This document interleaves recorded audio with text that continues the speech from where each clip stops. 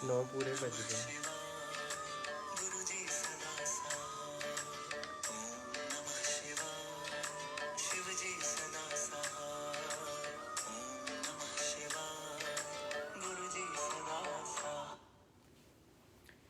जय गुरु जी संगत जी। आज हम शिव महापुराण का खंड 5 का 31वां, 32वां, 33वां, 34वां और 35वां अध्याय पढ़ेंगे। तो 31वां अध्याय शुरू करते हैं। ओम नमः शिवाय, शिवजी सदा सहाय। ओम नमः शिवाय, गुरुजी सदा सहाय। ब्रह्मा जी बोले, हे नारद, शिवजी पुष्पदंत द्वारा शंखचूड़ के ऐसे कठोर वचन सुनकर क्रोधित हुए तथा अपने गणों को आज्ञा दी कि तुम सब तैयार हो जाओ। फिर वह वीरभद्र, नंदीगण, भृंगी, क्षेत्रपाल, भैरव तथा मुनिभृत आदि को पुकार पुकार कर बोले कि तुम सब लोग शस्त्र आदि लेकर चलो।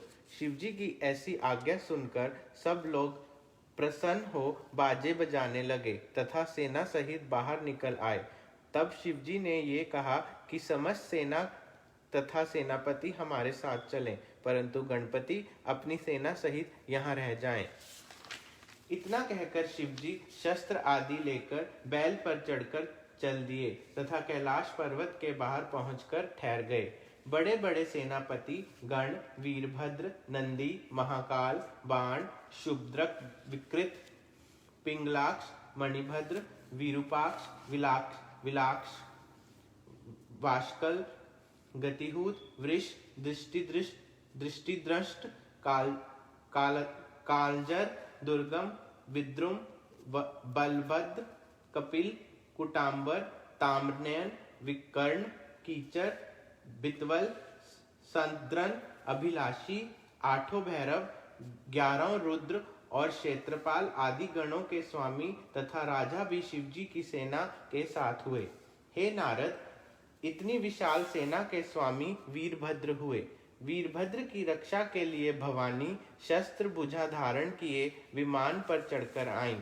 उनके वस्त्र लाल थे तथा वह मुंडों की माला पहने थी। उनके हाथ में खप्पर था तथा अनेक प्रकार के शस्त्र थे।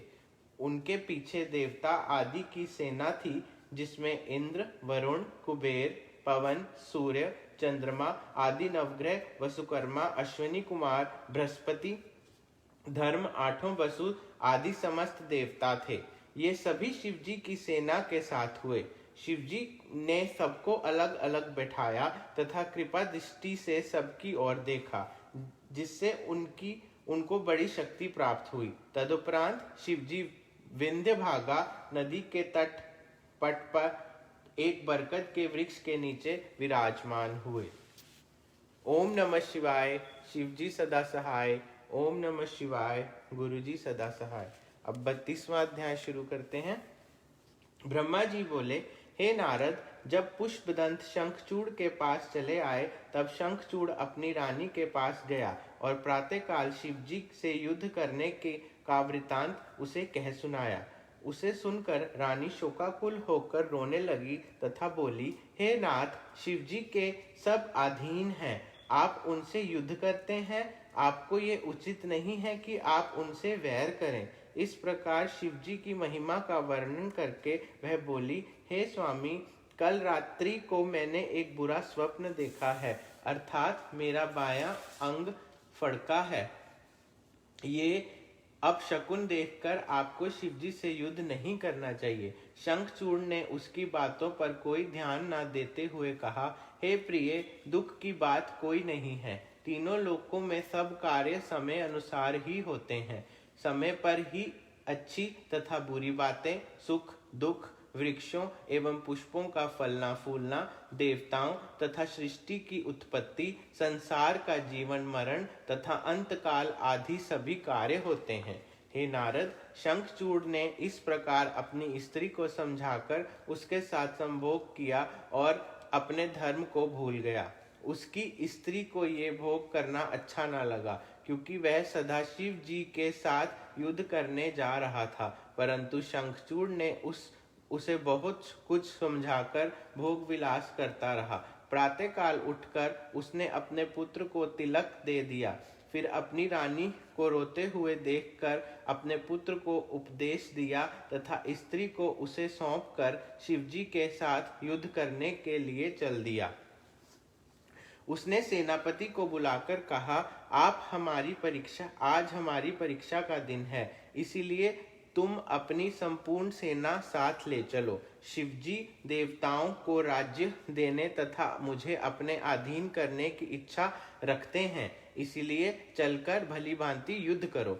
86 कुल कंबु दैत्य, 50 कुल असुर बंदर, 1 कोटि वीर्य तथा 7 कुल दानव ध्रोम, ये सब शस्त्र आदि लेकर चले तथा कालक भी अपनी सेना को साथ लेकर चले। ये आज्ञा देखकर शंखचूड़ घर से निकला तथा सोने चांदी के विमान पर चढ़कर शिवजी के साथ युद्ध करने चल दिया।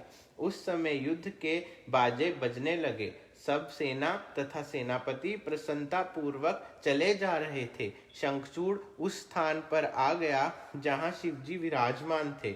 वहां पहुंचकर वह राजनीति का स्मरण कर शिवजी की सेना से कुछ दूर पर ही ठहर गया। संगत जी, 32वां अध्याय समाप्त होता है। तो युद्ध कितना रोचक है। शिवजी ने जो युद्ध शंखचूड़ के खिलाफ छेड़ा है देवताओं की रक्षा के लिए, कितना रोचक मोड़ ले रहा है। तो देखिए आप कैसे शंखचूड़ की मति जब भ्रष्ट हुई है तो उसकी पत्नी के समझाने पर भी वो नहीं समझते हैं और वो चल पड़ते हैं शिवजी से युद्ध करने के लिए। तो आगे पढ़ते हैं क्या होता है। ओम नमः शिवाय, शिवजी सदा सहाय।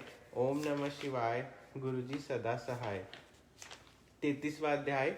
ब्रह्मा जी ने कहा, हे नारद, शंखचूड़ ने एक दूत भेजा। वह दूत वहां से शिवजी के पास चला।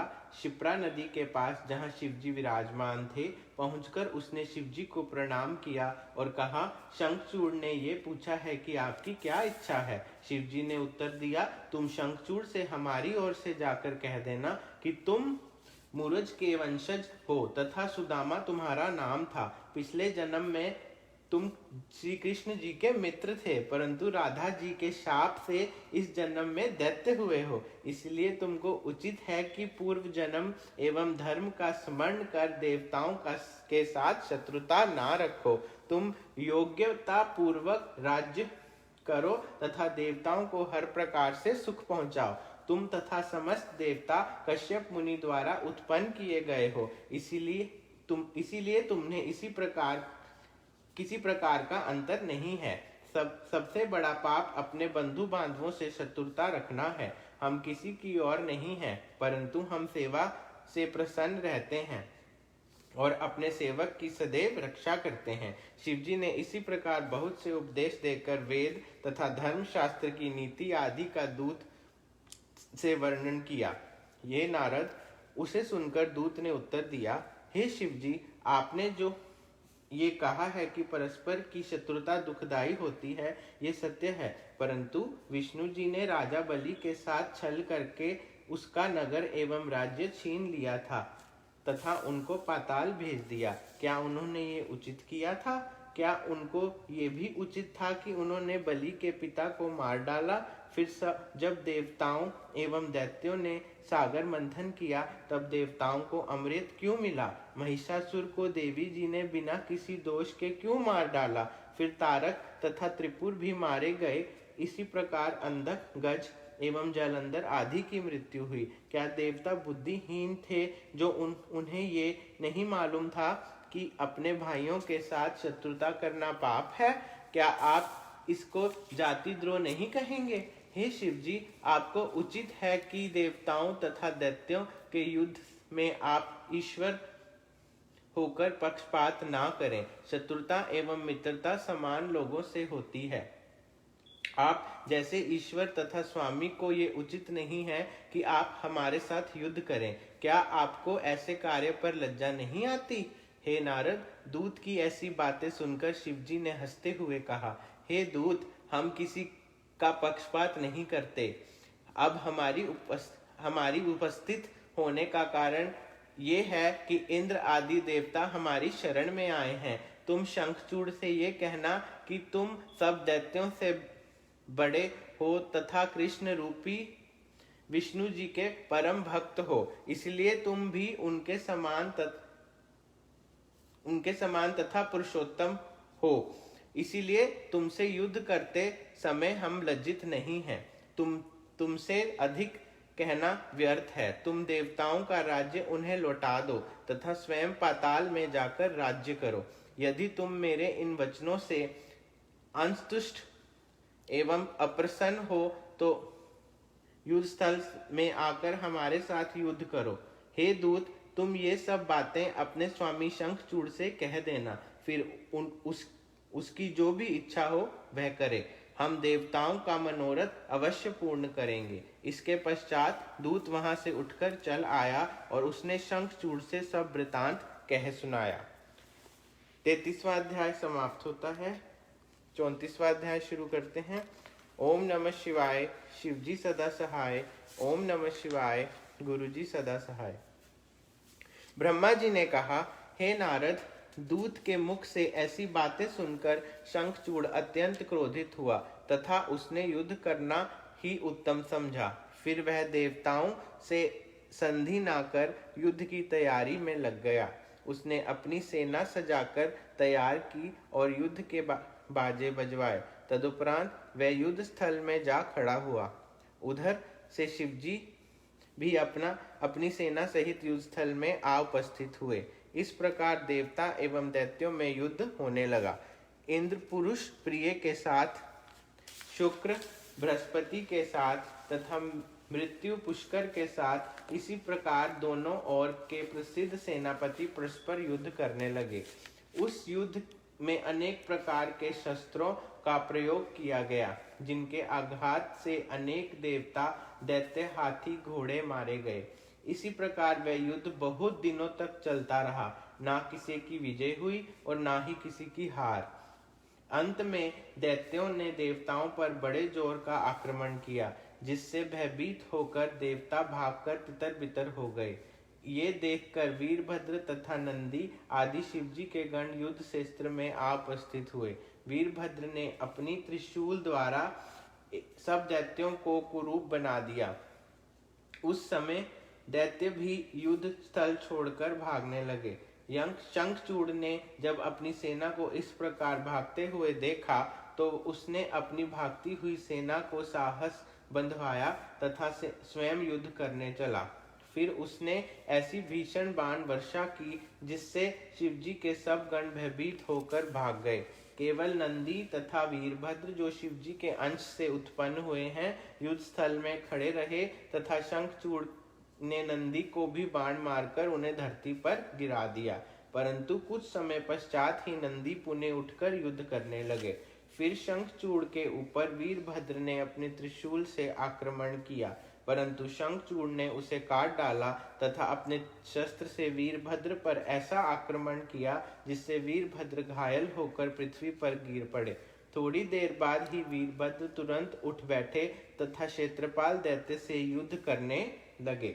फिर भैरव ने शंखचूड़ को अपने त्रिशूल से मारा, जिससे वह अचेत होकर गिर पड़ा। उस समय बड़ा भयानक युद्ध हुआ। तभी भैरव को ये आकाशवाणी सुनाई दी कि शंखचूड़ शिवजी के अतिरिक्त और किसी से नहीं मरेगा, इसलिए तुम लोग शिवजी के निकट जाओ और उनसे निवेदन करो कि वह शंखचूड़ को मार डालें। इस आकाशवाणी को सुनकर भैरव तथा अन्य सब गण शिवजी के पास गए तथा उन्हें युद्ध का सब पूर्ण वृत्तांत कह सुनाया। 34वां अध्याय समाप्त होता है।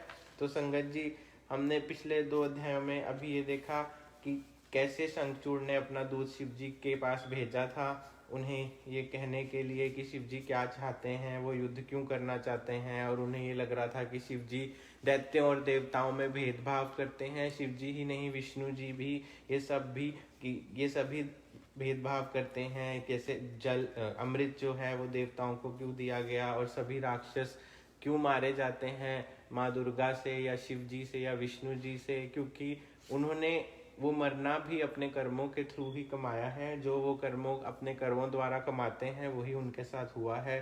शिव जी ने शंखचूड़ को भी इतनी उच्च पदवी दी कि वो पिछले जन्म में सुदामा थे और वो कृष्ण जी के भक्त हैं, उनको अपने बराबर पदवी दी और कहा कि मैं इसीलिए तुमसे युद्ध कर रहा हूँ क्योंकि देवता मेरी शरण में आए हैं और युद्ध भी अपने से बराबर के इंसान के साथ किया जाता है, तो मैं तुम्हें अपना बराबर का मानता हूँ क्योंकि तुम भी पिछले जन्म में एक सिद्ध आत्मा रहे हो। अब हम 35वां अध्याय शुरू करते हैं। ओम नमः शिवाय, शिव जी सदा सहाय। ओम नमः शिवाय, गुरु जी सदा सहाय।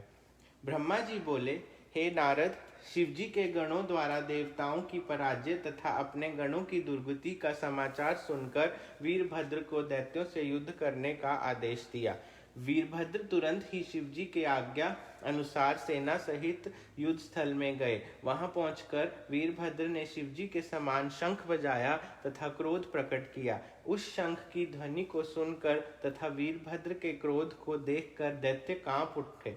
तदुपरांत वीरभद्र ने अपनी भयानक आक्रमण से एक अक्षौणी दैत्य एक सेना का नाश कर दिया। उस समय युद्ध क्षेत्र रक्त से लाल हो उठा, सहस्त्रों कमबंद इधर उधर फिरने लगे। फिर वीरभद्र ने भी क्रोधित होकर 1 करोड़ दैत्यों को मार डाला। अंत में विप्रचित, वृषपर्वा, जुम्बासुर तथा वीर विकंपन, ये चारों महाबली दैत्य वीरभद्र के सन्मुख हुए तथा अलग अलग युद्ध करने लगे। ये देखकर महामारी ने जाकर दैत्यों को नष्ट कर दिया। फिर भैरव ने दैत्यों को खाना शुरू किया। उस समय सब दैत्य पराजित हो गए। हे नारद, अपनी सेना की इस प्रकार हार देखकर शंखचूड़ ने अपने कवच को कंठ में पहन विमान पर चढ़ बहुत बड़ी सेना साथ ले मारू बाजे बजवाता हुआ युद्ध स्थल में आ पहुंचा तथा अपनी भागी हुई सेना को एकत्रित किया। फिर उसने अपने धनुष को तान कर ऐसी बाण वर्षा की जिससे आकाश बाणों से भर गया और चारों ओर अंधेरा ही अंधेरा छा गया। तब अनेक देवता हार मानकर भाग गए, अकेले वीरभद्र वहां खड़े रहे। तब शंखचूड़ ने अपनी माया से पर्वत, सर्प, अग्नि आदि को उत्पन्न किया तथा इनकी वर्षा आरंभ कर दी, जिसमें वीरभद्र इस प्रकार छिप गया जैसे सूर्य बदली में छिप जाता है। ये देखकर वीरभद्र ने आश्चर्यचकित हो शिव जी का स्मरण किया तथा महाशक्ति को छोड़ा। उस शक्ति ने दैत्यों की इस माया को बिल्कुल नष्ट कर दिया। तब शंखचूड़ ने क्रोधित होकर वीरभद्र के रथ तथा धनुष को अपने अत्यंत पवित्र बाण से काट डाला। वीरभद्र के रथ के घोड़े मरकर पृथ्वी पर गिर पड़े। तब शंखचूड़ ने दूसरा बाण वीरभद्र पर छोड़ा, जिसने वीरभद्र मूर्छित होकर पृथ्वी पर गिर पड़े। जब वीरभद्र को चेतन हुआ तब दूसरे रथ पर चढ़कर शंखचूड़ ने से युद्ध करने लगे। उन्होंने उसके रथ, सन्हा, घोड़े, शक्ति आदि को काट कर पृथ्वी पर गिरा दिया। फिर उसके सारथी को मारकर अपनी शक्ति से शंखचूड़ को भी अचेत कर दिया। थोड़े समय के पश्चात जब शंखचूड़ सचेत होकर उठा तथा गर्जन करने लगा, तब वीरभद्र ने उसे पुनः अपनी शक्ति से गिरा दिया। इसी प्रकार वीरभद्र ने कई बार उसे अचेत करके गिराया, परंतु शंखचूड़ ने उठकर अंत में अपनी सांग से वीरभद्र पर आक्रमण ही कर दिया। वीरभद्र उसके प्रहार से पृथ्वी पर गिरकर मर गए। हे नारद, तब मृतक वीरभद्र को महाकाली ने उठाकर शिवजी के पास ले जाकर रख दिया और सब वृतांत विस्तार पूर्वक कह सुनाया। उस समय शिवजी ने वीरभद्र को स्पर्श किया, जिससे वह पुनः जीवित हो उठे। पुनः जीवित होते ही वीरभद्र चिल्लाने लगे तथा फिर से युद्ध स्थल में जा पहुंचे। वहां उन्होंने अपने त्रिशूल से शंखचूड़ पर आक्रमण किया। तब शंखचूड़ उसके आघात से पृथ्वी पर गिर पड़ा। जब वह सचेत हुआ तब उसने वीरभद्र पर बाण वर्षा की, परंतु वीरभद्र उन बाणों का कोई प्रभाव न हुआ। अंत में उसने अपनी बर्छी वीरभद्र के हृदय में मारी, जिससे वह पृथ्वी पर गिर पड़े, परंतु शंखचूड़ ने वीरभद्र को पुनः अपने त्रिशूल से मारना चाहा। उस समय महाकाली तथा समस्त गणों ने आकर उसकी रक्षा की। दैत्यों ने भी अपनी भागी हुई सेना को फिर से एकत्रित किया। अस्तु दोनों सेनाएं पुनः रण क्षेत्र में आ डटी, अतः युद्ध पुनः आरंभ हो गया। 35वां अध्याय समाप्त होता है। तो संगत जी अब देखिए कि कितना भयानक युद्ध हो रहा है। शिव जी, महाकाली, देवतागण, नंदी सभी के मिलकर युद्ध कर रहे हैं शंखचूड़ के खिलाफ।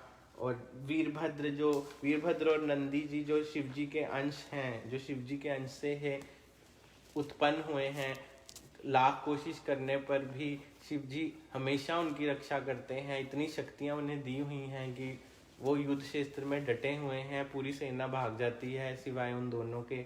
और महाकाली तो महाकाली है, जब भी सारे रास्ते बंद हो जाते हैं तो महाकाली ही आके सब रास्ते खोलती हैं और शिव जी उनके साथ चलते हैं। और अंत में हमें भी पता है कि देवताओं की ही जीत होगी, क्योंकि शिव जी, महाकाली सब उनके साथ हैं। बट आप देखिए एक एक विस्तार पूर्वक एक एक चीज कैसे इस युद्ध की बताई गई है। इससे पता चलता है कि कितनी शक्तियाँ, कितनी पॉजिटिविटी, आप जो भी अच्छे कर्म, जो भी पॉजिटिविटी और जो भी शक्तियाँ आपको मिलती हैं वो आपके पुण्य कमाए हुए हैं, जो आप शिव जी की शरण में जाते हैं, माता की शरण में जाते हैं, वो सब उसकी वजह से ही हैं। और दैत्यों ने जब इन सब का त्याग कर दिया तो उनका हर तरफ से पतन ही होने लगा। हमारी नेक्स्ट रीडिंग फ्राइडे को 9 बजे होगी। तो जय गुरु जी संगत जी, थैंक यू।